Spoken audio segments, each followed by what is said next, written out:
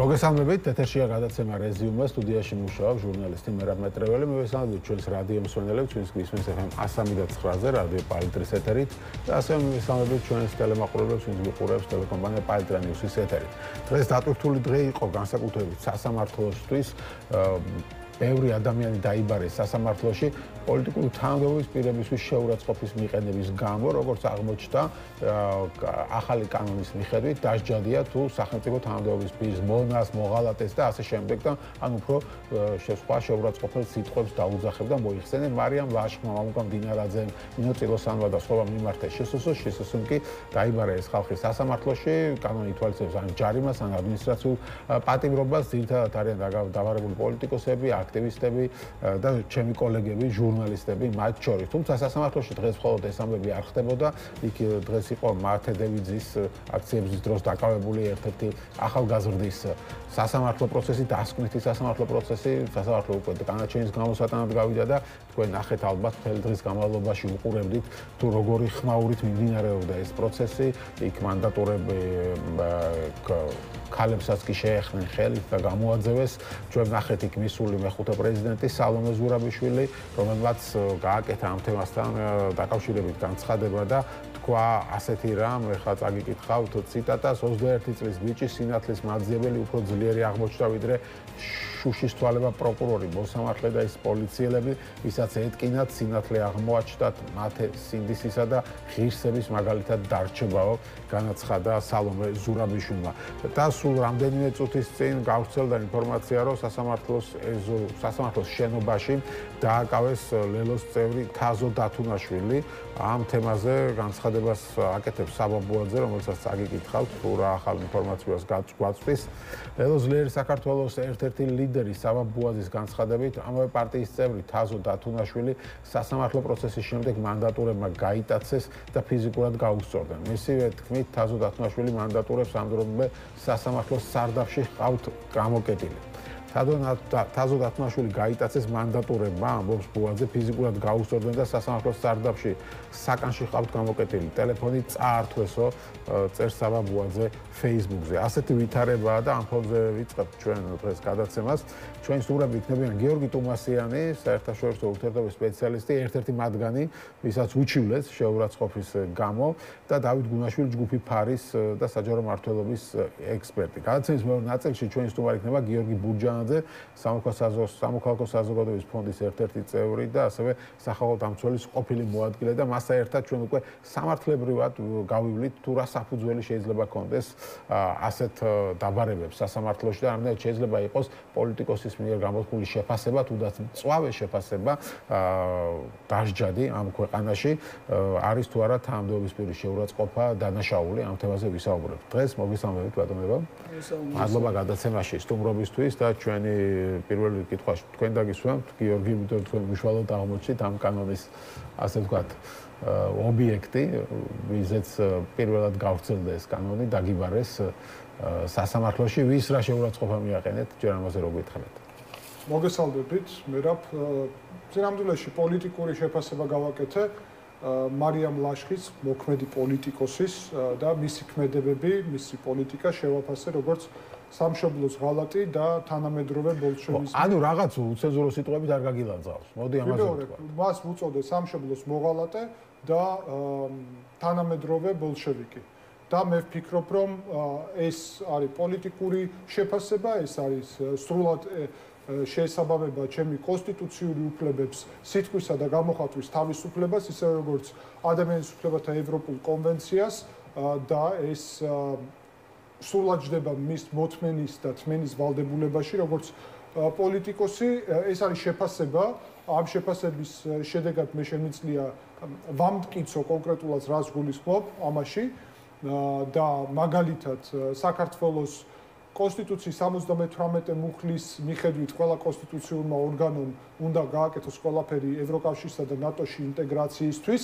მარიამ ლაშხი არის იმ ნატოს საპარლამენტო ასამბლეაში საქართველოს წარმომადგენელი, საიდანაც გაგვირიცხეს ახლახანს. შესაბამისად ეს მისი ქმედებები, პოლიტიკა ეწინააღმდეგება მაგალითად 78 მუხტს კონსტიტუციის შესაბამისად ის გამოდის რომ არღვევს საქართველოს კონსტიტუციას და შესაბამისად ღალატობს სამშობლოს. რაც შეეხება ასევე იმას თუ ამ ტერმინების გამო რომ მე შეურაცხყოფას მედავებიან. ნახეთ, ეს კატასტროფული შეცვლა არის დინამიკის, იმიტომ ჯერ ერთი Facebook პოსტზე არის საუბარი, მე აქ შეურაცხყოფელი არაფერი არ არის, იმიტომ რომ სამშობლოს ღალატის მუხლები არსებობს და მე დღეს კითხვა დავსვი, შეუძლია თუ არა მარიამ ლაშთან რომელიმე პოლიტიკოს სახელმწიფო მოხელეს უღალატოს სამშობლოს. დიახ, შეუძლია. შესაბამისად, მე თუ მის ქმედებას ვაფასებ როგორც სამშობლოს ღალატი, როგორ შეიძლება მე ამეკრძალოს ეს პოზიცია.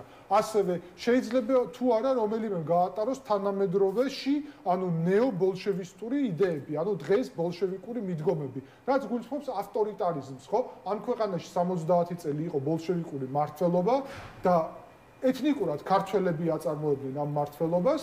მაგრამ მთელი არსი იყო რომ იყო დიქტატურა ერთპარტიული. არის თუ არა დღეს ერთპარტიული დიქტატურა საქართველოში? დიახ არის. მაქვს თუ არა მე როგორც მოქალაქეს უფლება რომ შეფასება მივცეთ? კი, მაგრამ დღეს ზუსტად ჩემი შეფასების უფლების შეზღუდვა ხდება და ეს არის კატასტროფული, უკუსლა დემოკრატიული, რადგანაც ამის მერე პრაქტიკულად ეს იმას ნიშნავს, რომ ყველა მოქალაქისადმი და ყველა ქართული ოცნების წევრისადმი, რომლებიც თანამდებობას იკავებენ, ესეთი ან მსგავსი შინაარსის სრულიად ცენზურის დაცვით, მაგრამ კონკრეტული პოლიტიკური შეფასებები გახდება პრაქტიკულად შეუძლებელი. და წარმოიდგინე, როგორ შეიძლება არჩევნები გაიმართოს ქვეყანაში, სადაც ხელისუფლება შეუძლია ოპოზიციას უსამშობლო უწოდოს, მაგრამ ოპოზიციას არ შეუძლია. ძალიან საინტერესო არის, რომ კანონში წერია, რომ დასჯადი არის სახელმწიფო თანამდებობის პირის შეურაცხყოფა, პოლიტიკური თანამდებობის პირის შეურაცხყოფა, ანუ მთავრობის წევრის პარლამენტის წევრის და ასე შემდეგ. ხო, ანუ მათ თუ რამეს მონდას დაუძახებან მოღალატეს, დაისჯებენ, მაგრამ ისინი თუ ოპოზიციის ლიდერებს დაუძახებენ უსამშობლოს, არ დაისჯებიან, იმიტომ რომ მათ თანამდებობა არ აქვს. ამ ეტაპზე. ხო, ნუ ძალიან საინტერესო სამართალია, სხვა შორის, მაგრამ ბიზნესაც არ აქვს თანამდებობა, ეს საინტერესო ნიუანსია აქ. დავით, თანამდებობა არ ჭირდება. ხო, თუმცა ამ კანონით გამოდის, რომ ბიზნესზე არ ეხება. ალბათ ჩვენი მოქალაქეები რაღაც შეცვლიან თავის მიდგომებს და მე დარწმუნებული ვარ რომ იპოვიან გზებს იმისა რომ გვერდი ავუაროთ ამას და გავაგრძელოთ კიდევ უფრო ორიგინალურად ნიჭი არ გვაკლია ზოგადად ქვეყანაში.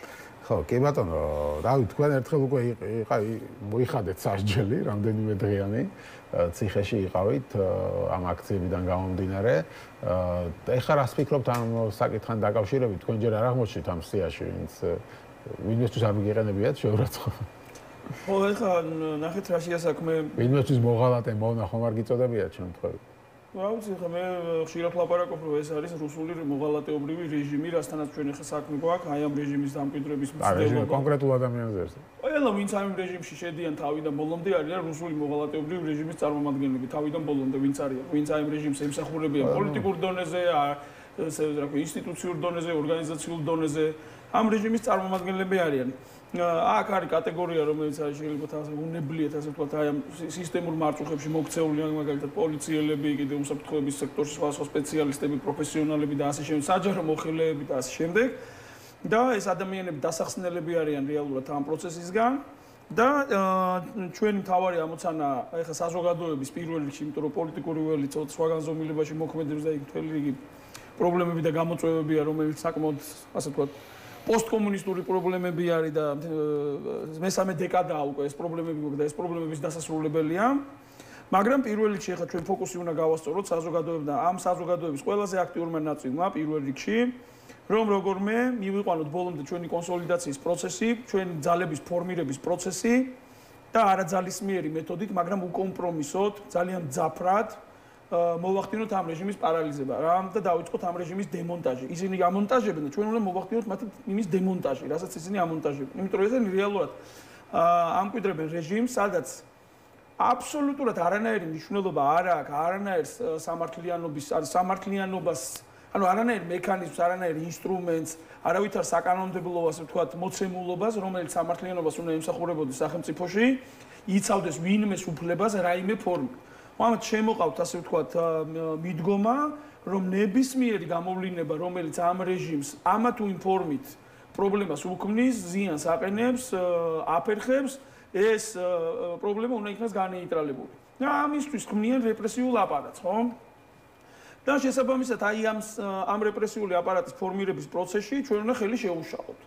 მე დარწმუნებული ვარ, ქართული საზოგადოება დამონებას არ შეეგუება, ხო? ეს არ არის კოლექტიური ქართველი, არ არის არავის მონა და ვერავინ მონა ვერ გახდება რეალურად. ეხლა რა სასამართლოც გვაქვს ჩვენ? ეს არ არის სასამართლო, ეს არის ფაქტიურად რეჟიმის მსახურებაში მყოფი მოსამართლეების მანტიაში გამოწყობილი ხალხი, რომლებიც ასრულებენ უბრალოდ პირდაპირ დაკვეთებს რა. ნებისმიერი მოსამართლე ეკითა სუსი აკონტროლებს მოკლედ ამ სასამართლოს, სუსიდან იღებენ დირექტივებს და მიმდინარეობს შეთანხმება ვის რა მიუსაჯონ, ვის რა გაუკეთონ და ასე შემდეგ. ანუ ეს არის აბსოლუტურად ნულოვანი დამოუკიდებლობა, ნულოვანი ავტონომია აქვს ამ სასამართლოს და ფაქტიურად არის ამ მოღალატეობრივი რეჟიმის ინსტრუმენტი. ასევე არის პროკურატურა და მბრალდების მხარეც. და ის სამართლებრივი პროცესები, როგორც მიმდინარეობს, არის აბსოლუტურად კარიკატურული, რეალურად იქ უნდა მიხვიდე ადამიანი დაესწრო და ნახო. გიორგის кейსი დღევანდელი, ხო? ანუ ეს ისეთი кейსებია, სადაც აი პოლიტიკური სარჩული განსაკუთრებით კარგად ჩანს.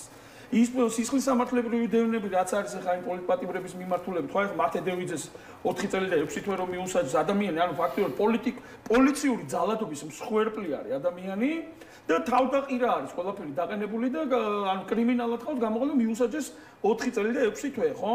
რეალურად თემა ის არის, რომ ანუ აქ კიდე სისხლის სამართლებრივი რაღაც დეტალებში მთელი რიგი ამბავი არის და პოლიტიკური სარჩული შეიძლება კარგად დაიგოს. მოკლედ ვთქვა, ამ 21 წლის ბიჭს ედავებიან, რომ დროშის სტარი აქციის დროს, როცა იყო შეტაკება და იქედა რაღაც ცლებს ადენგას ისროდნენ და ხელკეტებს ურტყამდნენ და ამას დროშა ეჭირა და დროშის სტარი მოუქნია რამდენიმე პოლიციელს. ამაზე არის დავარო და ნუ ეს პოლიციელი ამბობენ, რომ მომხვდა რაღაცა მხარში და მხარი მეტკინა და ნუ გასაგებია და ამის გამო მიუსაჯეს მას 4 და წელი და 6 თვე. ხო, ნუ მათეს გარდა კიდევ იქ არის უამრავი кейსები, ხო? ანუ ის რვიანის სასამართლო როა და 11-იანი სასამართლო რო არის, იქ უნდა ნახოთ უბრალოდ ცრუმოწმეების განცხადებები და ის ასე ვთქვათ ტესტიმონიალები რაც კეთდება, ანუ უბრალოდ არანაირ სტანდარტს ეს არ აკმაყოფილებს.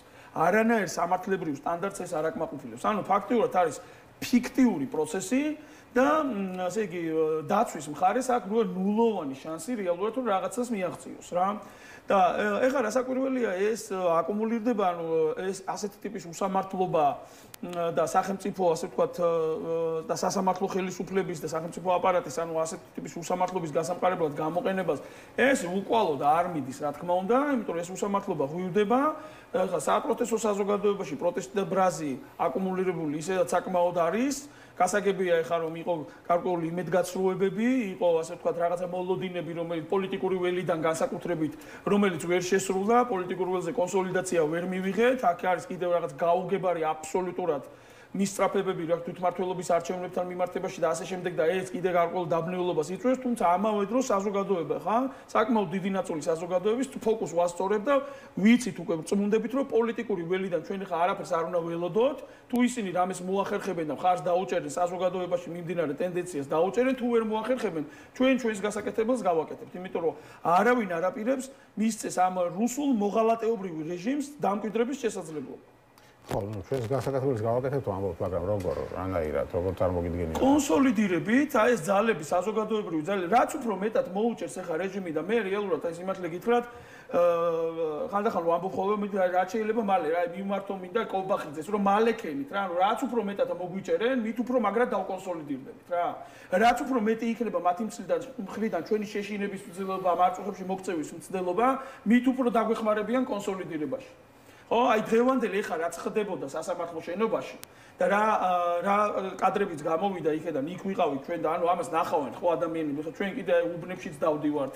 ანუ ვცდილობთ აი პირდაპირ კომუნიკაციაში შევიდეთ საპროტესტო საზოგადოებასთან, მაგრამ ასევე იმ მოსახლეობასთან, იმ ადამიანებთან, რომელთაც თავიანთი დუხჭირი ყოველდღიურობის გამო, ანუ პროტესტი უბრალოდ მათ ყოველდღიურობაში არ არის და ის შევიტანოთ გვინდა ეს ინფორმაცია, რომ ქვეყანაში რაღაცა ხდება, რომ მათი ცხოვრება უკეთესობისკენ არ მიდის, რომ ძალიან სერიოზული პრობლემებია, როგორც სოციალურ-ეკონომიკური, ასევე სამართლებრივი თვალსაზრისით და არაფერი კარგი მათ არ ელით. ხო?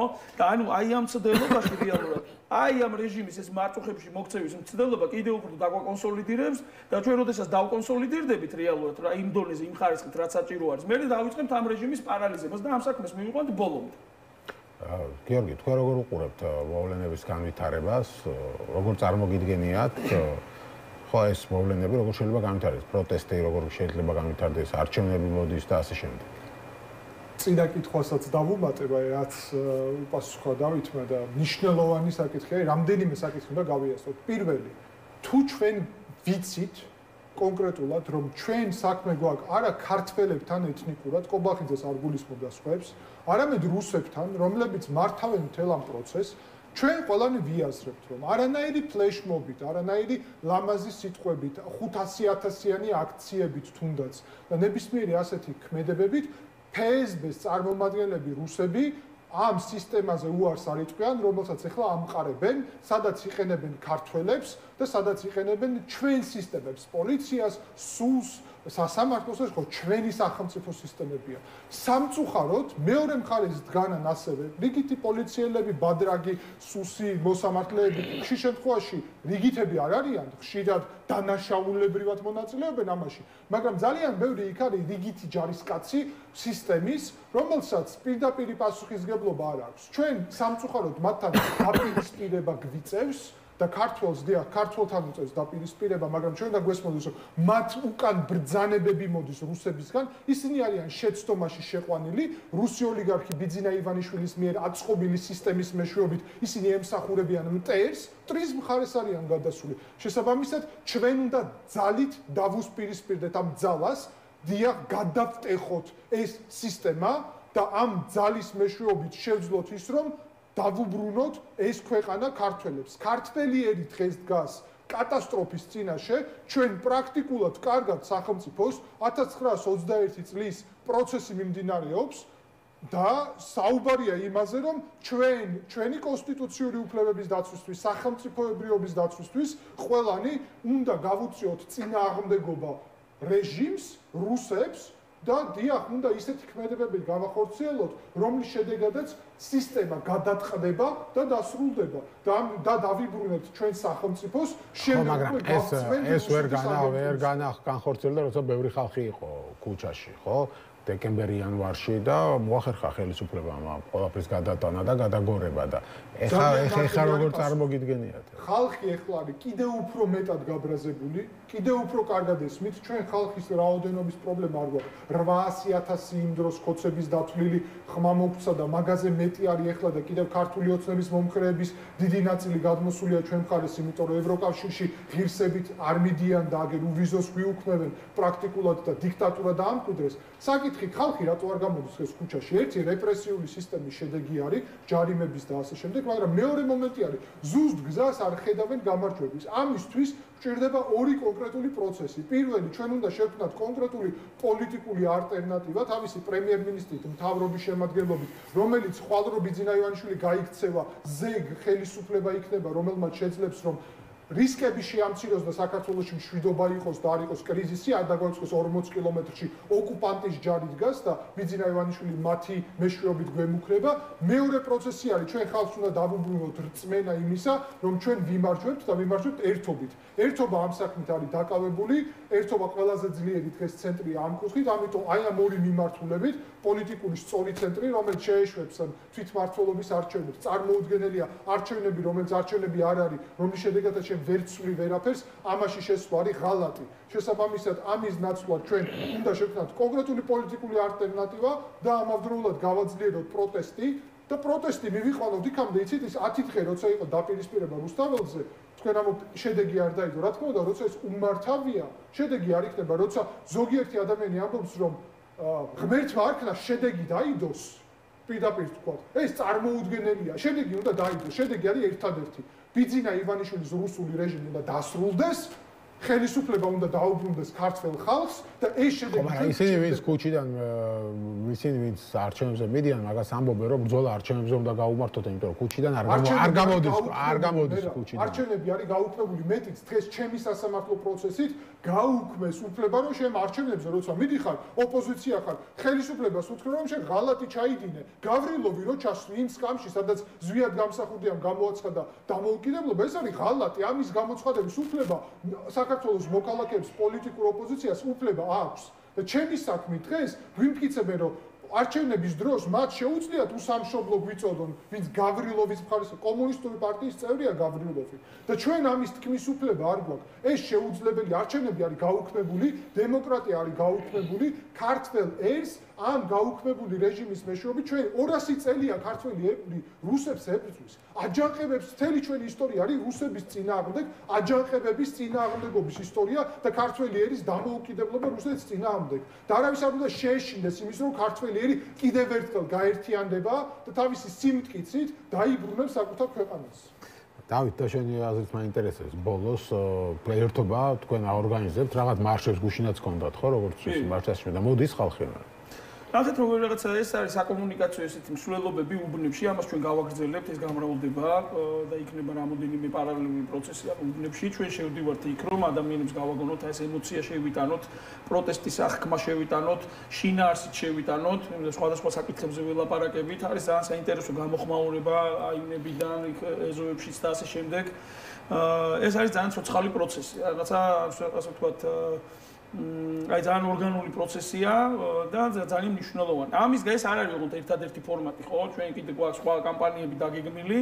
აი საზოგადოებრივი გაერთიანება, სამოქალაქო გაერთიანება, ერთობა ნელ-ნელა თან ფართოვდება. ეხლა ჩვენ გვექნება გაფართოვება აკადემიური და საექსპერტო წრეში, საქმიანი წრის წარმომადგენლებიც შემოუერთდებიან. მოკლედ ეს ერთობა იზრდება და ფართოვდება და ეს რეალურად არის გაერთიანება, რომელიც არ არის რაღაცა ასე ვთქვათ, კონკრეტული მოძრაობა ან ორგანიზაცია. ვერთიანდებით კონსოლიდაციის პროცესი მიმდინარეობს, საზოგადოების აქტიური ნაწილის კონსოლიდაციის პროცესი მიმდინარეობს, რომ ჩვენ მოვახდინოთ ეფექტური, ფუნქციურად ეფექტური საზოგადოებრივი სიმძიმის ცენტრის ფორმირება, რომელიც დაასტიმულირებს ახალ პოლიტიკურ პროცესს ამ ქვეყანაში და შექმნის ახალი პოლიტიკური ველის ფორმირების წინაპირობებს. და იქ ის ადამიანები რომლებიც ეხლა არიან პოლიტიკურ ველზე, თუ ახალი ადამიანები ვინც გაჩნდებიან პოლიტიკურ ველზე, იმიტომ რომ ამ საზოგადოებრივი წიაღიდან ბევრი ადამიანი გამოჩნდება, რომელსაც პოლიტიკურ ველზე მოღვაწეობა ენდომება, აი აქ მოხდება ახალი ძალების ფორმირება. მაგრამ მანამდე პარალელურ რეჟიმში ჩვენ გვაქვს, ჩვენ უნდა მოვახერხოთ და ეს პროცესი მიმდინარეობს, ამიტომაც დავდივართ ამ საკომუნიკაციო აქტივობებს, ამიტომაც ვახორციელებთ. და ეხლა გვექნება კიდევ ერთი კულმინაციური აი კიდე რამოდენიმე გვაქვს უბანში სიარულის ხვალდაზე 15-ში გვექნება კანცელარიასთან აქცია ესეც გარკვეულწილად უფრო უმახიანი და ანუ იქ ასე ვთქვათ უფრო მასშტაბური იქნება მაგრამ ესეც საკომუნიკაციო ამენით ველაპარაკებით ჩვენ რეჟიმს ჩვენ ქუჩიდან ველაპარაკებით ამ რეჟიმს იმიტომ რომ სხვა ფორმატები ჩვენთვის მიუღებელია მათთან ლაპარაკის ეს სხვა ლეგიტიმური ფორმატი არ არსებობს ჩვენთვის რეალურად როგორც გიორგი ამბობს ამ რეჟიმის პირობებში არ არსებობს არც არჩევნები არ არსებობს არც სამართლებრივი პროცესი არ არსებობს სხვა პროცესი გარდა უკომპრომისო ასე ვთქვათ ძალით დაპირისპირება ამათ ოღონდ არაძალისმიერი მეთოდებით არავინ სპეკულირება არ მოახდინოს ამ ამბით ხო არაძალისმიერი მეთოდით მაგრამ უკომპრომისოდ ჩვენი მიზანი არის აი ამ რეჟიმის პარალიზება ხო მისი ფუნქციონალის ბოლომდე შეზღუდვა აი მაქსიმალური ასე ვთქვათ დემოკრატიული გამოვლინებით კონსტიტუციური ჩარჩოებით და ასე შემდეგ. აი ამ ასე ვთქვათ სამოქალაქო წინააღმდეგობის მაქსიმალური გამოვლინებით. ამისთვის კონსოლიდირდებით ჩვენ. ან გადავარჩენთ ჩვენ აი ამ კონსოლიდაციის გზით ჩვენს ქვეყანას, ან ეს ქვეყანა რეალურად გადაეშვება რამოდენიმე 10 წლეულით რუსულ ჭაობში. რუსულ მონურ ჭაობში. რასაც მე ვფიქრობ საზოგადოება არ დაუშვებს და ამის ძალიან პრაქტიკული იმედები მაქვს კონკრეტული პროცესთან. გასაგებია თქვენი მოსაზრებები. მადლობა დიდი გადაცემაში სტუმრობისთვის. გიორგი ტომასიანი, საერთაშორისო ურთიერთობების სპეციალისტი და დავით გუნაშვილი, ჯგუფი ფარის წარმომადგენელი იყვნენ ჩვენი სტუმრები.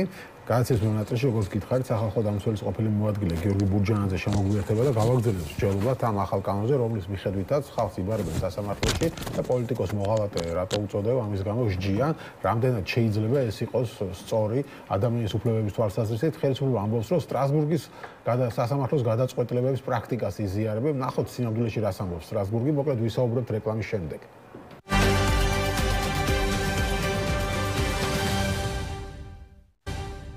ასაც კარგად მოხდა. მაშასე ჩვენ დავბრუნდით ეთერში და როგორც გითხარით, გადაცემის ანაწილში ვისაუბრებთ თემაზე, არის თუ არა თანამდებობის პირის შეურაცხყოფა უნდა იყოს თუ არა დასჯადი, როგორც იცით, კანონში შეიტანეს ცვლილება და თუ თანამდებობის პოლიტიკურ პირს მაგალითად უწოდებ მონას ან მოღალატეს, ამის გამო შეიძლება გიჩვენ, უკვე პრეცედენტებიც გვაქვს, რამდენიმე ადამიანი დაბარებულია პოლიტიკოსებიც, აქტივისტებიც, დაბარებულები არიან ჟურნალისტებიც, რომლებსაც Facebook-ზე რომელიმე პარლამენტარისთვის ან მთავრობის წევრისთვის მონა მოღალატე არაქალიან რაღაც ასეთი სიტყვა უწოდებია.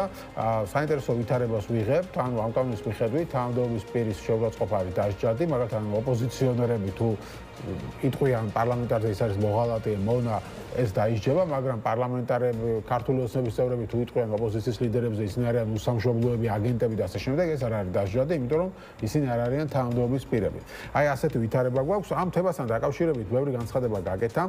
ხელისუფლების წარმომადგენლები იშველებენ სტრასბურგის გადაწყვეტილებებს, მარიამ ლაშხი ერთ-ერთ ჟურნალისტს აჩვენებდა საერთოდ ჩამონათვალს, აი ამდენი ადამიანია დასჯილი ევროპულ ქვეყნებში ასეთი შეურაცხყოფისთვისო და ახლობით იგივე მოსაზრება გაიზიარა სახალხო დამცველმა ლევან იოსელინმა, რომელსაც აგიკითხავთ. ის ამბობს, აზრის გამოხატვა მას შორის პოლიტიკური მიზნების მისაღწევად არ შეიძლება მიმართული იყოს კონკრეტული ადამიანის დასაზიანებლად ან დასაკნინებლად. ეს არის ის სტანდარტი, როგორც სტრასბურგის სასამართლო კონვენციის მეათე მუხლს განმარტავს და ამაზე არაერთი გადაწყვეტილებაა მიღებულიო, თქვა ლევან იოსელიანმა, ანუ თქვა რომ სწორია ეს ყველაფერიო. გიორგი ბურჯანაძე, სახალხო დამცველის ყოფილი მოადგილე არის ჩვენი სტუმარი, რომელსაც ვკითხავთ, რამდენად სწორია ეს ყველაფერი, გამარჯვებული. მოგესალმებით. პრინციპში კითხვა დასმულია. კი. პირველ რიგში ალბათ არ შემიძლია რომ არ დავიწყო მათე დევიძის განაჩენს რო არ შევეხო ეს. ჩვენ პირველ ნაწილში ვისაუბრეთ ამაზე. კი, უბრალოდ ჩემი როგორც მოქალაქის პოზიცია რო არ დავაფიქსირო ამ სრულიად უკანონობასთან იმ საშინელ პროცესთან რაც მიმდინარეობდა. რატო უკანონობა? იმიტომ რომ აი ქართული ოცნების მომხრეები თუ გვისმენენ, ეხა პოლიციელს თუ ხელკეტი ურტყა, ჯოხის ტარი თუ ჩაარტყა, რატო არ და დაისაჯოს იქითხავენ, ხო ვიღაცა. კი, ანუ წინ არის ამ შემთხვევაში მოქმედებები, რომელიც იყო შეფასებული, რა უძღოდა ამ ყველაფერს წინ, პროცესი როგორ წარიმართა, რამდენად მიეცათ საშუალება გამოეკითხათ ყველა ამ შემთხვევაში მოწმე ვინც იყო, რამდენად სამართლიანი იყო და რამდენად სწორად შეფასდა იმ პოლიციელების მიერ ჩადენილი უკანონო ქმედებები, პროცესი როგორ იყო, როგორ მიმდინარეობდა გარშემო ასე შემდეგ, ეს ყველაფერი გვაძლევს იმის საფუძველს, რომ ამ შემთხვევაში ეს იყო უკანონო და ამ შემთხვევაში მათე დევიძის მიმართ გვაქვს პოლიტიკურ დევნასთან მიმდინარე ამ შემთხვევაში საქმე. ყველაზე კარგი ინდიკატორი არის ხოლმე ყოველთვის ის, რომ რა ხდება ერთ მხარეს, თუ ერთ მხარეს უკანონობას ებრძვი, რაც თქვენ მცანეთ, მეორე მხარეს მიერ ჩადენილ უკანონობის წყებას, რატო არ ებრძვი? გაცილებით ძიმე დანაშაულები, რომელიც იყო პოლიციის მხრიდან ჩადენილი. რაც უფრო მარტივი ასახსნელია, შეიძლება ვიღაცას მე ვერ აუხსნა კარგად და მარტივად სამართლიანი სასამართლოს უფლების დარღვევა მოწმეებზე გამოკითხვის საშუალება რომ არ ქონდათ, ვიღაცა რატო არ გამოაძახებინეს ასე შემდეგ, რაც სრულჩვენება იყო მიცემული, ეს შეიძლება რთული ასახსნელი იყოს, მაგრამ ეს მარტივი პროექცია ამაშობა. ბოდიში რომ ბოროტად ვისარგებლე და თქვენი კითხვის არამე შეეხება და უბრალოდ ეს ალბათ ჩემი აზრით ყველაზე მნიშვნელოვანი თემა ამ წუთას საქართველოში ესეთი უკანონო ხდება 21 წლის ბიჭის მიმართ. ხო, 4 წლით გაუშვეს ციხეში. 4 წლით ნახევრით. რაც შეეხება თქვენ კითხვას, ხო, შეურაცხყოფის დასჯადობა. შეურაცხყოფა არის რა თქმა უნდა ალბათ ყველა თანხმდებით იმაზე რომ ცუდი რამეა, მაგრამ გამოხატვის თავისუფლება სწორედ ისეთი რამეა, რომ ჩვენ შეიძლება თქვენი გამოხატვა არ მომეწონოს და პირიქით, მაგრამ ამაზე არ არის დამოკიდებული თქვენ გამოხატვის თავისუფლება გექნება თუ არა. სწორედ ეს არის და თავის დროზე ნათქვამი აქვს ევროპულ სასამართლოსაც, რომ გამოხატვა არის შეიძლება სხვისთვის შოკის მომგვრელი იყოს, ვიღაცისთვის შეიძლება შეურაცხყოფელი იყოს, მაგრამ ეს უნდა არსებობდეს ქვეყანაში. პირების დასჯადობა, თქვენ დასაწყისში კარგად დაიწყეთ, ხო, უცნაურია თუ ამბობთ რომ შეურაცხყოფა დასჯადი უნდა იყოს, რატო მარტო რაღაცა ვიწრო თანამდებობის პირების მიმართ ამ შემთხვევაში? რატო მარტო ხო, მაგალითად რატო არა სხვების მიმართ, მაგალითად. პირობითად მე რომ აი და რამდენიმე ცნობილი ესე ვთქვათ შეურაცხყოფით განთქმული პოლიტიკოსი ყავს ქართულ ოცნებას, ხო? და ისინი მაგალითად თუ ისინი სხვას აგინებენ, შეურაცხყოფას აყენებენ, მას თუ ხურდას დაუბრუნებ, ამ შემთხვევაში შენ შეიძლება დაისაჯო რამდენიმე თვიანი ციხით, რაც რა აბსურდის დონეზეა, წმინდა ამ სამართლებრივი კუთხით ესე რომ სამართლიანობის კუთხით რომ შევხედოთ. მაგრამ მოდი წავიდეთ იმაზე სამჩელოდ, შეიძლება თუ არა დასჯადობა მოხდეს ზოგადად შეურაცხყოფის. როცა ეს თქვენ ახსენეთ ესე ტერმინი, რომ კანონი იყო მიღებული. ალბათ პირველ რიგში მოდი ამას შევეხები ძალიან მოკლედ. ეს არის 3 დღეში მიღებული წესი, რომელსაც კავშირი კანონთან ალბათ არა. კანონს 3 მოსმენა თქვენ არა იურისტებს ბრძანდებით, მაგრამ იცით რომ არსებობს განხილვები, დებატები, იმიტომ არსებობს რომ უნდა უწყოდეს. ეს არის ძალადობრივი საკანონმდებლო პროდუქტი და სხვა შორის ვენეციის კომისიამ აი ამ ესე ვთქვათ წესს უწოდა რომ მას აკლდა ლეგიტიმაცია, ანუ არალეგიტიმურ აქტად მიიჩნია ესე ვთქვათ ეს ყველაფერი. ეუთოოდირმა, რომელიც სხვა შორის სახელმწიფო მიმართა მას დოკუმენტის მოსამზადებლად თქვა, რომ ეს კანონი იყო ნაჩქარევად მიღებული და ესეთი რამ არ უნდა რეგულირდებოდეს ესე ჩქარა მიღებული წესებით. ზოგადი წესი და მიდგომა როგორია, რას გვეუბნება ეუთოოდირი. ეუთოოდირის მიხედვით თეორიულად შეიძლება შეურაცხყოფას ზოგადად დასჯადად გამოაცხადო, მაგრამ აუცილებელია გარკვეული სიმკაცრის ტესტის შემოტანა და ინდივიდუალურად უნდა იყოს დადგენადი ეს ამ შემთხვევაში ამან რა გამოიწვია, როგორ მოახდინა ადამიანის პირად ცხოვრებაზე გავლენა. ჩემ წინ აქ იშდა გიორგი ტუმასიანი, რომელსაც მე მგონი ბოლშევიკის გამო მოღალატე და ბოლშევიკი, ხო? ანუ აქ ეს შეურაცხყოფაც არ არის, ეს პოლიტიკურ დისკურსში შეიძლება ეს ტერმინი გამოიყენო, მაგალითად ღალატობრივი აქტი შეიძლება ჩაიდინოს პოლიტიკოსმა და მას უწოდო მოღალატე და ამის გამო თურმე ესე ვთქვათ ეს უნდა ისჯებოდეს ადამიანი, ეს სრული აბსურდი არის. სხვა შორის მე ძალიან გამიკვირდა ლევან იოსელიანის დღევანდელი განცხადება, იმიტომ რომ რამდენიმე თვის წინ გამოცემულ ანგარიში ეს საკანონმდებლო აქტი თვითონვე აქ გაკრიტიკებული და თვითონ გაკრიტიკებდა და დღეს დაიწყო. რა თქმა უნდა და თვითონვე აქ ნათქვამი ის რომ საჯარო ფიგურების მიმართ უნდა არსებობდეს მეტი ესე ვთქვათ ტოლერანტობა, მათ მეტი მიმღებლობა უნდა ქონდეთ კრიტიკის მიმართ. თქვენი ვალდებულება მარტივ ენაზე.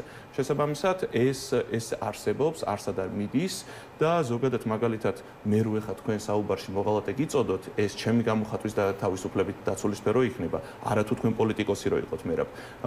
ანუ შეურაცხყოფაზე თუ მივდივართ, შეურაცხყოფის მასშტაბს გააჩნია, რასაც ამბობს ეუთოოდირი და ეს არის საუკეთესო ევროპული პრაქტიკა, რაც ადამიანის უფლებების სტრასბურგის სასამართლოს გადაწყვეტილებებს იშველებენ როგორც ხელისუფლების წარმომადგენელი, ამას დაეყარდნო სახალხო დამცველიც და კიდევ უფრო ცვლად წავიკითხავ. სტრასბურგის ადამიანის უფლებათა სასამართლო იცავს ძალიან მკაცრ, ამბობს ლევან იოსელიანი, ძალიან მკაცრ და კრიტიკულ მოსაზრებას. მათ შორის ისეთსაც, რაც საზოგადოების უმეტესობისთვის შეიძლება მიუღებელი და შოკის მომგვრელიც იყოს, მაგრამ ის არ იცავს მათ შორის არც საჯარო პირების მიმართ სიზურვილის ენას, ბულინგს, ძალადობის წაკისებას ან ბილდსიტყვაობას. აზრის გამოხატვა მათ შორის პოლიტიკური მიზნების მისაღწევად არ შეიძლება მიმართული იყოს კონკრეტული ადამიანის დასაზიანებლად ან დასაკნინებლად. ეს არის ის სტანდარტი, როგორც სტრასბურგის სასამართლო განმარტავს კონვენციის მე-10 მუხლს და ამაზე არაერთი გადაწყვეტილება მიღებული. დანარჩენი დამოკიდებულია საქმის დეტალებზე და სასამართლოში წარდგენილ მტკიცებულებებზე, ამბობს ის.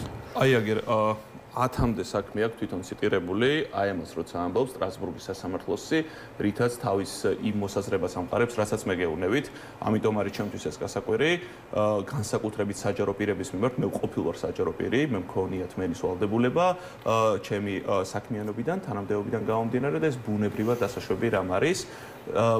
საქართველოში ეს არის ჩემთვის რასაც ეყრდნობა ის სტაზმოგი კონტექსტიდან ამოგლეჭილად ქართულ ოცნების წარმომადგენლებს ახასიათებთ სტრასბურგის სასამართლოს გადაწყვეტილების ისე ფორმულირება თქვენ ალბათ იურისტი არ ბრძანდებით ისევე როგორც არწმუნებელად ჩვენი მაყურებლის უმრავლესობა და გადაწყვეტილება ევროსასამართლოსი არის ძალიან გრძელი სადაც აღწერილია ძალიან ბევრი დეტალი მათ შორის შედარებით სამართლებრივი პრაქტიკა მათ შორის რას ამბობს მომთავრობა რას ამბობს გამცხადებელი ასე შემდეგ შეიძლება მესამე მხარეც იყოს ჩართული და იმის მერე იღებს გადაწყვეტილებას და ბოლოს დასკვნა არაერთი შემთხვევა მინახავს მე სტრასბურგის გადაწყვეტილების ბოროტად სარგებლობას სროა ხოლმე ადგილი რაღაც სხვა აბზაცის ამოკითხვა ხდება ან სხვა რეგულაციის გათვალისწინება სხვა ქვეყნის კონტექსტში იმ შეურაცხყოფას შეიძლება სხვა დასჯა სხვა მნიშვნელობა ქონდეს შეიძლება ქვეყანაში რაღაცა რელიგიისგან გამომდინარე იქ პრევალენტური იყოს სხვა კულტურული თავისებურებები და სხვანაირად ხდებოდეს, მაგრამ საქართველოში ესეთი რამ არ ხდება. საქართველოში შეურაცხყოფასთან დაკავშირებით გვაქვს კანონი, რომელიც 2005 წლიდან მოქმედებს სიტყვის და გამოხატვის თავისუფლების შესახებ, მათ შორის ჟურნალისტების ერთ-ერთი ყველაზე ძლიერი ბერკეტი და დამცავი მექანიზმი, თუ თქვენ წყაროს რაც შეეხება და ბევრ სხვა რამეს. ამ კანონში პირდაპირ გვიწერია, რა შემთხვევებში შეიძლება დაისაჯოს ამ შემთხვევაში შეურაცხყოფა და ამაში ჩვენ გადმოტანილი საქართველოს კანონმდებლობას დადგენილი აქვს ეს სტანდარტი. ეს სტანდარტი გადმოტანილი გვაქვს ჩვენ მსოფლიოში ყველაზე მაღალი ესე ვთქვათ დაცულობის ხარისხი ვისაც აქვს ეს არის ამერიკის შეერთებული შტატების უზენაეს სასამართლო. რომელიც ამბობს იმას, რომ შეურაცხყოფის კრიმინალიზება დასაშვები არის მაშინ, თუ საკითხი ეხება პირისპირ შეურაცხყოფას. ანუ პირისპირ შეურაცხყოფას აქვს საშუალება იმის, რომ ამ შემთხვევაში ამან კონფლიქტი გამოიწვიოს, დაპირისპირება გამოიწვიოს და ამნაირი ქმედების კრიმინალიზება დასაშვებად არის მიჩნეული. სიტყვის და გამოხატვის თავისუფლების კანონით ზუსტად ამას იმეორებს და ამბობს, რომ შეურაცხყოფის დასჯადობა შესაძლებელი არის, როცა პირისპირ შეურაცხყოფასთან გვაქვს საქმე. სხვა შემთხვევებში, სოციალურ ქსელებში შეურაცხყოფა, ცენზურა, ასე შემდეგ, ეს ყველაფერი ხო, შეურაცხყოფას გააჩნია, ხა მე თავიდან როცა ეს კანონი მიიღეს, ვფიქრობდი ეს იყო იმაზე გათვლილი, რომ აი რო აგინებენ ვიღაცები სოციალურ ქსელში, ხა, აგინებენ პოლიტიკოსებს და რაღაცა გინებას და ამის აკრძალვა ხდება თავიდან ასე მეგონა, მაგრამ ახლა ნახეთ რომ რაღაცა მონას და მოღალატის დაძახებაზეც კი უჩივიან ხავს და სწორედ მაგ გითხრა ბოდი შეუდგოთ ირმა ფორმულირება ისია 173-16 პრიმასი რომ მასში შეუძლებელია გაარკვიო რა ქმედება შეიძლება ჩაითვალოს შეურაცხყოფად და სწორედ ამის გამო რომ ესეთი ფართო დეფინიცია არის მასშიო ეუთოდირმა თქვა რომ ამ კანონს არანაირი რაღაც ლეგიტიმური მიზანი არ გააჩნია და მისი მიზანი არის რომ დამაშინებელი ეფექტი ქონდეს ინგლისურად ტერმინი არის chilling ეფექტი პირობითად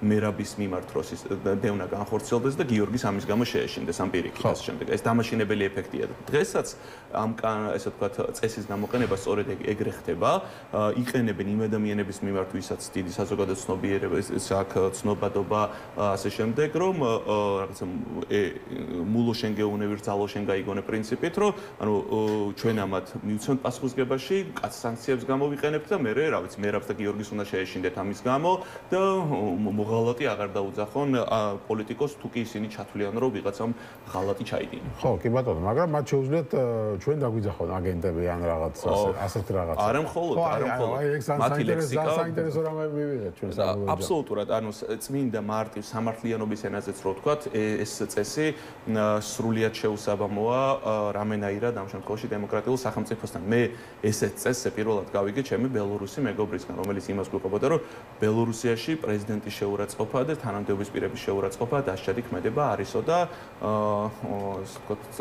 ნახეთ ჩვენს რომ ამ შემთხვევაში სწორედ ესეთი წესი შემოგთავაზეს ეს რეგულაცია ჩემთვის მე რა არის მცდელობა რაღაცა არალეგიტიმურობის ძალით მიღწევის როგორც რა ვიცი აი რამდენიმე დღის წინ ნახეთ მილანში გახსნილი 2 წლის წინ გახსნილი საკონსულოს ხელახლა გახსნა ვითომ რაღაც ეს საერთაშორისო ლეგიტიმაციის იმიჯის შესაქმნელად ანალოგიურია ესეც ამ ძალით מחვილით რო გინდა რომ მიაღწიო შენ ლეგიტიმაციას და პატივისცემას რომელიც არ დაგიმსახურებიათ კონსტიტუციურად სამართლებრივად და არჩევნების გზით კი ბატონო, ასე გამოეხმაურა ირაკლი კობახიძე, წავიკითხავ, თქვენ ხედავთ, რომ საქართველოში მიმდინარეობს სიძულვილის ზიზღის კამპანია. ეს მხოლოდ საქართველოსთვის არ არის დამახასიათებელი. ასეთივე კამპანიები ფინანსდება გარედან სხვადასხვა ქვეყანაში.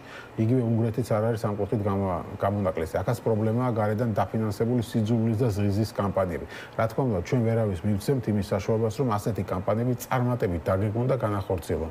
საქართველოში გარეთ დაფინანსებით აწარმოებენ სიძულვილის და ზიზღის კამპანიას. ჩვენ ყველა სამართლებრივ მეთოდს დაუპირისპირებთ ამ პროცესებს. რა თქმა უნდა, ზიზღი და სიძულვილი არის ის, რაც უარყოფითად აისახება ქვეყანაში მოვლენების განვითარებაზე და ჩვენ გვაქვს ლეგიტიმური უფლება სამართლებრივ ჩარჩოებში დაუპირისპირდეთ ამ ხელოვნურ თავსმოხვეულ კამპანიებს. ზიზღის და სიძულვილის ადგილი ქართულ საზოგადოებაში არ უნდა იყოს. ჩვენ გვაქვს სამართლებრივი უფლება და მას იბრძოლებს, რომ მკვეთრად დაუპირისპირდებით. ძალიან უცნაურია ზიზღის ენა მისთვის ძალიან დამახასიათებელია ალბათ წება და თქვენი გადაცემის ქრონომეტრაჟი არ ეყოფა მისი ყველა ზიზღის ენის შემცველი ტერმინოლოგია რო იქნას გამოყენებული ისევე როგორც მისი თანაპარტიელების ამიტომ ესე ვთქვათ ეს არის თითქოს რაღაცნაირი სამართლებრივი ანტურაჟი რომელთაც ისინი ცდილობენ თითქოს შეფუთონ მათი ქმედებები მაგრამ საბოლოო ჯამში ამ ყველაფრის მიზანი არის ის რომ გამოხატვის თავისუფლება იყოს შეზღუდული არც ერთი ავტორიტარი არასდროს არ ამბობს იმას, რომ მე ამას ვაკეთებ, იმიტომ რომ ავტორიტარი ვარ და დიქტატორი ვარ. ყველა ცდილობს ლუკაშენკოსნაირი ლიდერებიც კი ცდილობენ იმას, რომ რაღაცა საზოგადოებისთვის სასარგებლო რაღაცის სიკეთით შეფუთონ, ესე ვთქვათ, მათ მიერ განხორციელებული ქმედებები თუ რეგულაციები. ამიტომ, რა თქმა უნდა, ბუნებრივია მოსალოდნელი არის, რომ ესეთ რამეს ითხოვდა, მაგრამ იმ პირობებში, როცა ჩვენ არც სასამართლო გვაქვს ქვეყანაში, იმ პირობებში, როცა ჩვენ არც დამოუკიდებელი ინსტიტუტები გვაქვს, იმ პირობებში, როცა ავტორიტარიზმის ყველა ნიშანი სახეზია და ერთადერთი იმედი, მბჟუტავი იმედი ისიც სტრასბურგის სასამართლოა, რომელსაც რამდენიმე წლიანი პერიოდი ჭირდება ლოდინისთვის, ამ პირობებში ჩვენთვის ეს იქნება ბოლომდე გაჩუმების, ბოლომდე ავტორიტარიზმის გამყარების საშუალება. აქ რა გამოსავალი არსებობს, როგორც დაუბრუნდეს ამას. დავა ბრძოლა, წინააღმდეგობა ამ ყველაფერთან, მათ შორის საერთაშორისო მექანიზმების გამოყენება და მაქსიმალურად საერთაშორისო სასამართლოებისთვის იმის ჩვენება, რომ საქართველოს კონტექსტის გათვალისწინებით გადაწყვეტილებები იმაზე უფრო სწრაფად მიიღონ, ვიდრე ამ შემთხვევაში ზოგადად იღებდნენ, იმიტომ რომ დიდხანს თუ ეს გაგრძელდა, დიდხანს თუ იმოქმედა ავტორიტარულმა წესებმა, ამას შეიძლება უფრო ისეთ შედეგებამდე მეგვიყვანოს, რომლის გამოსწორება მე რთული იყოს. ამიტომ ჩემი რჩევაც ყველა იმ ადამიანების მიმართ, ვის მიმართაც ეს დაიწყო ამ დრაკონული წესის გამოყენება, ყველა სამართლებრივი მექანიზმის გამოყენება და დავა არის, რათა შევძლოთ გამართული საქმეები გქონდეს საერთაშორისო სამართალმოებისთვის. ხო, თუმცა გერთხელ მეორე ესენი სტრასბურგის გადაწყვეტილებას ეყნებიან, ალბათ კარგი იქნებოდა ამ გადაწყვეტილებას, რომელსაც ისინი ეყნობიან, შესწავლა და ჩვენება. საჯაროდ მე არ გამიგია ვინმეს რო ეთქვა. ვინმეს რო ეთქვა ესეთი კონკრეტული საქმეები. არა, ზოგადად მე რა ამბობენ რომ ესეთი არსებობს. ასე განმარტავს და ალბათ კონკრეტულ საქმეებზე არის საუბარი, ხო? კი, მაგრამ თვითონ ეუთოდირსაც აქ მითითებული ევროსასამართლოს საქმეები, სადაც ამბობს, რომ სადაც თუ სერიოზულობა არ არის, თუ მნიშვნელობა არ არის და ხაზგასმა არ არის, ანუ ვიღაცას რო შეაგინოს, აი ჯოტია ცაავას შემთხვევა რაც არის, ხო? ის რო იმას აგინებს, იმან უნდა რაღაც გამოიწვიოს იმ ადამიანში რაღაცა გაბრაზება, ან ისეთი უნდა იყოს ამ შემთხვევაში, რომ იმას მერე რაღაცა იმან თავი შეურაცხყოფილად იგრძნოს, ხო? რაღაცა მარტივი ბოლშევიკი რო ვიღაცას უწოდო, მოვალატე უწოდო, რაც პოლიტიკური დისკურსისთვის ბუნებრივი ესე ვთქვათ შეფასება არის, შეიძლება არც თუ ისე სასიამოვნო მოსასმენი, მაგრამ შეიძლება ეს დასაშვები არის როგორც ასეთი, ამიტომ ამ რაღაცეების კრიმინალიზებას ვერანაირი სტრასბურგით, ვერანაირი საერთაშორისო სამართლით ვერავინ ვერ ბოდიში ამ რუსულისთვის ვერ გააправებს.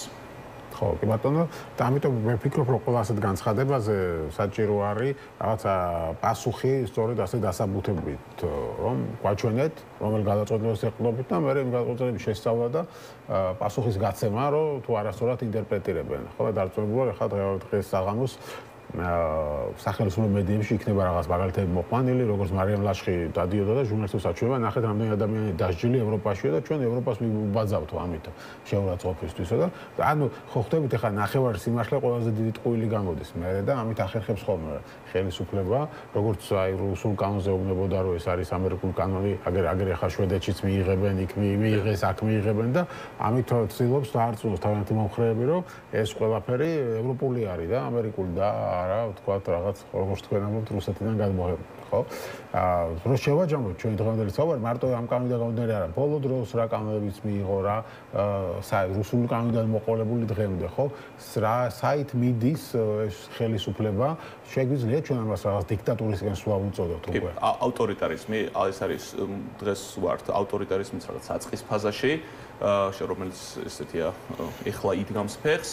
და სრული ავტორიტარიზმი იქნება, სხვა შორის აი FDM-ი არის ესეთი დემოკრატიის შემფასებელი ორგანიზაცია, რომელსაც სხვა შორის წინა წლებში კონტექსტიდან ამოგლეჯილად მათ ანგარიშებს ქართული ოცნება ეყრდნობოდა, წელს გამოაქვეყნეს მათ ანგარიში, პროსტები იანვარი იყო, სადაც პირველად საქართველოს თავისი არსებობის მანძილზე შეფასდა როგორც ავტორიტარული ქვეყანა.